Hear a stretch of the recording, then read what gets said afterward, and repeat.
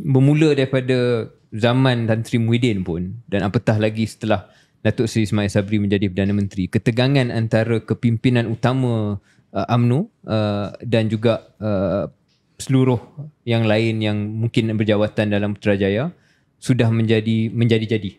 Dan dia bukan hanya wujud di media sosial, dia wujud dalam grup-grup WhatsApp.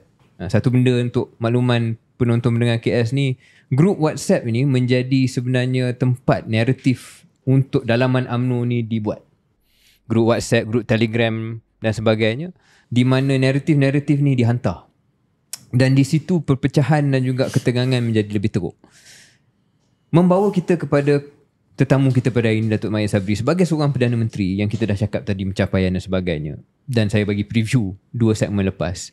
Pencapaian-pencapaian itu tidak sangat diangkat, tidak sangat disambut, tidak diceritakan. Apabila diceritakan oleh seseorang dalam parti, akan terus mendapat sindiran ataupun dipandang serong lah. Sebab itu dilihat, kamu bersama dengan kluster ataupun kelompok yang bukan kelompok parti. Itu pengalaman Syarul di PWC. Macam betul. Ada sindiran.